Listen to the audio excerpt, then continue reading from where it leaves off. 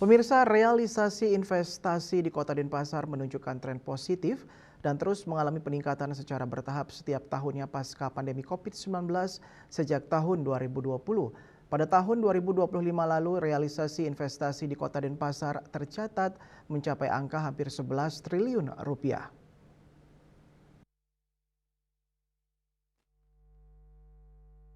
Menyongsong target tahun berjalan, nilai investasi dipatok naik sekitar 5% dari tahun 2025 lalu. Sebelumnya tahun lalu total target realisasi investasi di Kota Denpasar berada di kisaran angka 11 triliun rupiah.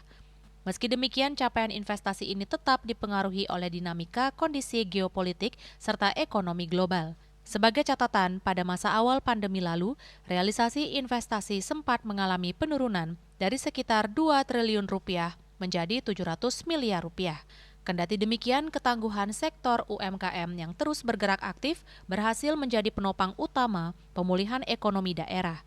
Dari total capaian investasi tersebut, sektor perdagangan retail menjadi bidang yang paling mendominasi dan sangat mendukung pertumbuhan investasi di Kota Denpasar, disusul oleh jasa perkantoran, perhotelan, restoran atau kuliner, serta sektor properti.